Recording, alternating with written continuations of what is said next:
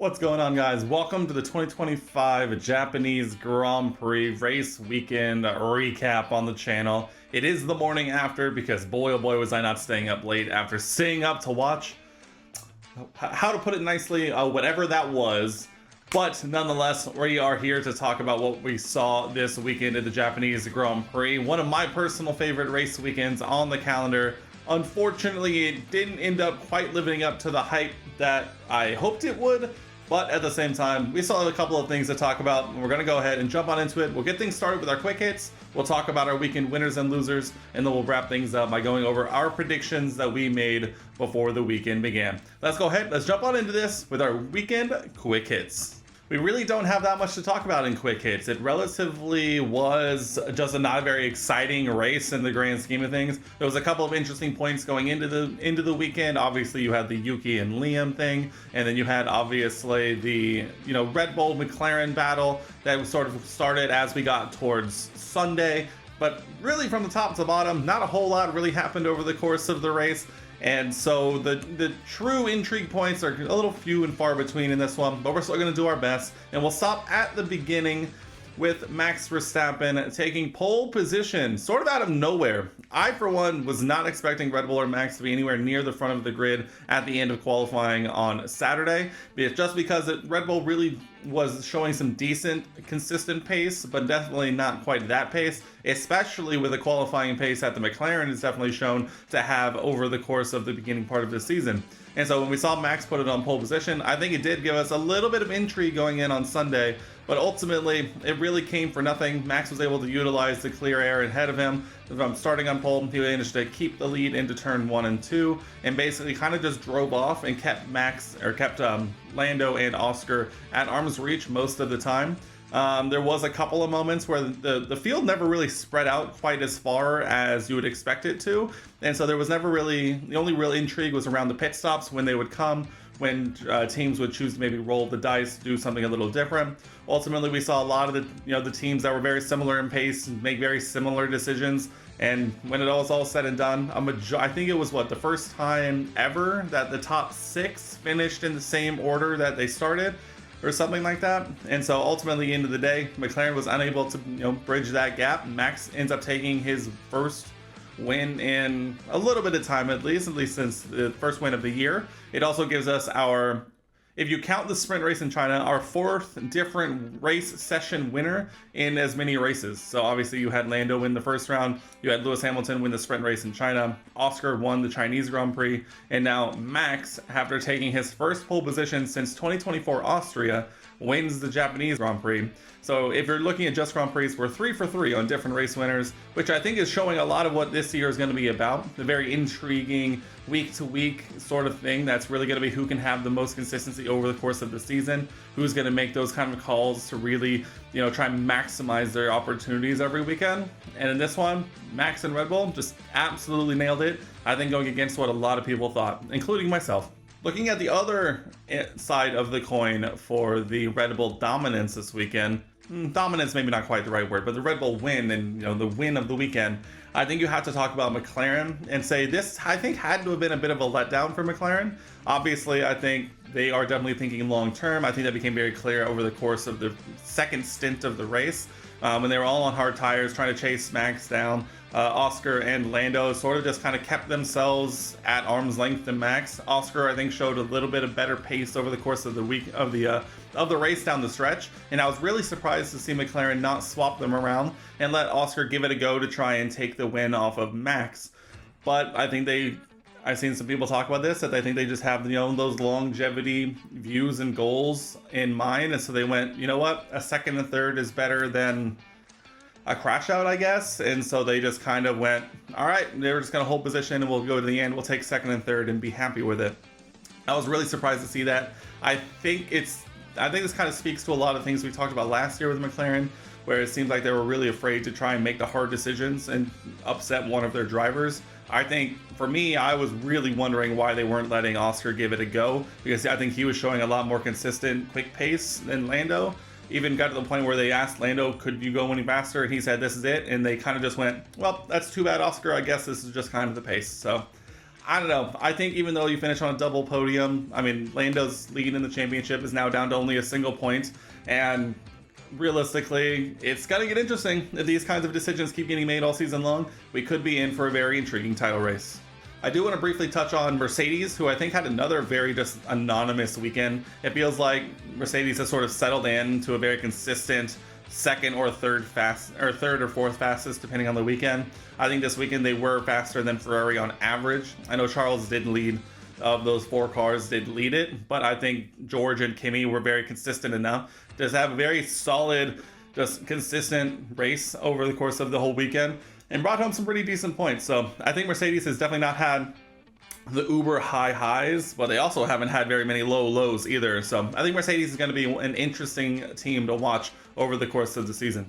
I want to talk about Isaac Hadjar, and I'll sort of lump Yuki versus Liam in this as well, because how about the young lad? After his DNF in Australia, puts a very solid qualifying performance in China on the board, and then follows it up here in Japan with another Q3 appearance, a P7 start, and a P7 finish. What an absolutely fantastic job from Isaac. He had probably one of the better weekends. I think it's very fun to watch as well, just because going into this weekend, obviously all of the talk was going to be Yuki versus Liam. Red Bull make this rough and quick decision to swap Liam and Yuki going into the Japanese Grand Prix. A lot of the talk is going to be about who's performing best. Obviously both of them are knocked out in Q2, but here's Isaac Hadjar deep into Q3 and finishing the best of the non-Max Red Bull farm teams cars. Like, absolutely well done, Isaac. I think you took a lot of flack after Australia, but boy, oh boy, have you bounced back, and you looked very good doing it. Keep it up. I'll go over this a little bit more in our predictions, but I needed to give another shout out to Alex Albon. I think he got the absolute maximum out of that Williams car this weekend. I think he definitely showed moments of good pace and had some other moments of struggles as well. But Alex Albon has been on fire to start this season, and he's a reason that Williams currently sits P5 in the Constructors' Championship, because Carlos still seems to be struggling to get up to speed with the Williams. And Alex, hearing a lot of the offseason chatter, we talked about it a lot in these videos already, but all of the offseason chatter was about him versus Carlos and how he was not going to be able to skate by with these lower class teammates. And now he's absolutely shown up and dragged Williams to P5 in the Constructors 3 rounds in. Fantastic job, Alex. And then I'll round out our quick hits with a special shout out to Ollie Behrman. Obviously a Q3 appearance at a Haas that has really struggled to start the season. I know they had the fantastic finish in China, but going into this weekend, I think a lot of people expected them to struggle a little bit more. And even in practice sessions, it didn't necessarily look like they had quite the pace to do this.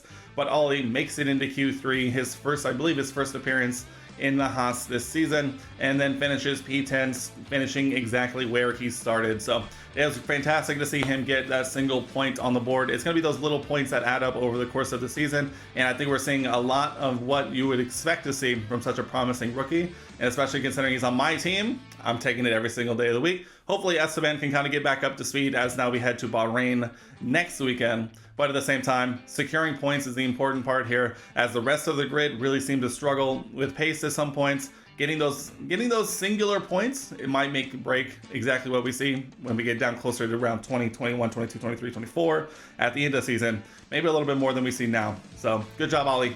Fantastic stuff.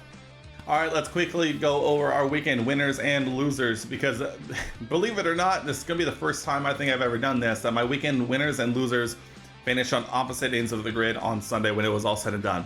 Let's kick things off with our weekend winner, and it's going with the winner of the Grand Prix. Max Verstappen is officially my weekend winner. It's been a while since we've obviously, I think, had a very solid reason to give Max a weekend winner, because going into the weekend, I think a lot of people expected him to be that step below McLaren. We expected to see McLaren kind of continue to take steps forward as they start to wrap their heads around their current package and how to get the most out of it. And not only did Max take pole, he ends up taking the win as well, holding off both McLarens down the stretch. We already talked about my feelings on that, but nonetheless, he still finished top of the board here in Japan. And what a fantastic performance from him. He got absolutely everything out of that car this weekend, and it goes to show with a pole and a converted pole to win. So congrats, Max, you are my weekend winner. All right, flip side of that, let's talk weekend loser. And I mentioned it before we started that it's really truly covering both ends. I, for the first time, I think can justifiably, setting my own biases aside, say that my weekend loser is Lance Stroll. Because how do you go from starting the season very well in the first 2 rounds, really getting that Aston Martin to heights that you would not expect, thoroughly beating Fernando Alonso, who I know DNF from the first 2 races, but still you put in a couple really solid performances to start the season, to then come to Japan, where Fernando ended up finishing the race in 11th, and you qualified P20 and then finished P20. I know the Aston is not as good as the first couple of rounds might have made it look like, but at the same time, how would you have such a hard swing the other way? That's all I'm gonna say on that. It's the first time I've legitimately been able to say Lance Stroll and feel pretty justified in that. Just because it's also like, obviously you could go other ways and be like, oh, Lando for not winning the race when he should have, yada yada yada. But when you really look at top to bottom, the big outlier here, when you compare it to the first 2 rounds, is in fact Lance Stroll finishing P20, and he has finished in the points both weekends before this, and just looking disinterested whatsoever in being on the pace at all. So I'm going with it. Lance Stroll, my weekend loser. All right, last section here. We are going over the predictions we made before the weekend began. And let's go ahead. We'll kick things off with my pick for biggest positive surprise. I went with Fernando Alonso, and I was very close to giving myself a half point for this. But I think seeing that Lance had finished in the points the first 2 rounds, if he had finished in the points, I think I would have given myself a point here. Obviously, it's his first weekend that he actually completed, and it just also happened to be the first Grand Prix, which really was just processional for the most part from top to bottom. And so I ended up not giving myself a point here, but I will also leave it up to you guys. If you think I deserve a point here, drop it down in the comments below, and we'll see if we can convince the community to give me a point on this one. But unfortunately, this point, we're starting off 0 for 1. And that will quickly move to 0 for 2, because my pick for biggest disappointment was Alex Albon, who had an unbelievable start to the 2025 season. I thought there must be a moment coming where Williams would take that step back and kind of have a weekend where they really didn't seem quite on the pace and may finish outside the points, or a lot closer to Carlos Sainz, who is still, like I mentioned, struggling to get quite up to speed like Alex is. Unfortunately, Alex spit in my face with that decision and finished not only in the points, but very solidly continuing to keep Williams in P5 in the Constructors. So no points for me there either. As we move on to qualifying top 3, let's go ahead, and I ended up going with a Lando Norris P3, a Charles Leclerc P2, and I predicted a Oscar Piastri pole position. Obviously, Oscar and Lando were in the top 3, just in the wrong order. Max Verstappen obviously took pole position, so half point for my Oscar prediction, half point for my Lando prediction, adding it all up to our first full point of the weekend, and it doesn't get a whole lot better, but only a little better. As we do move on to race podium, I predicted an Oscar Piastri win, a Lando Norris P2, and a Lewis Hamilton P3. Now, I do get half a point for predicting Oscar Piastri in the top 3. He finished 3rd instead of the race win. Lando Norris, funnily enough, by losing the race to Max Verstappen, does give me a full point for him being there in P2.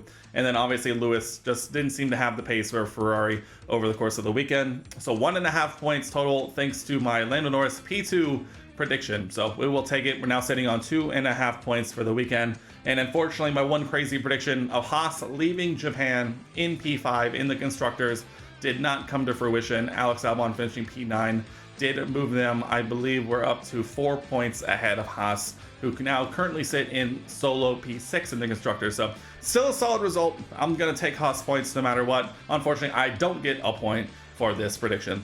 So we finished the weekend with 2.5 points. And if we take a look at our grand standings for the Predictions Championship, I am now falling further behind, as we now sit at the top with F1 Inferno with 11.5 points. We have British TTG with 10.5 points, Sundal 40 with 9.5 points, me on 9 points, Andrew with 5.5, and Spectral, who unfortunately did not get their predictions in this week, now sitting on 4.5 points. So a lot of season left to go. We're only 3 rounds in, but we got to start picking it up, get back in the kitchen, and chef up some predictions as we now head to Bahrain next week. That's right, what's next in F1? We head to Sakir to race around Bahrain, the former first round of the calendar now moved to the 4th round this week.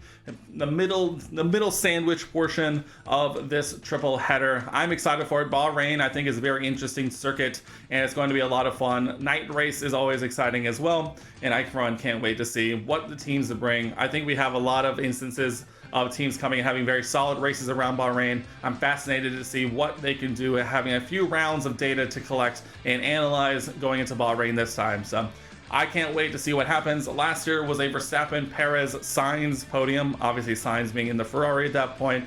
I don't think we're going to see a double Red Bull podium, but we could. You never know. And that leaves the question, who are we going to see on the podium this year? Stay tuned later this week, coming up on Wednesday for our predictions video. If you're interested in joining our Community Predictions Championship, you can head to the Discord link down below, join the Discord, join our little community here, and every week leading up to the Grand Prix, I'll make a call for these same predictions we covered here, and you can have your voice heard and enter our competitive Community Championship.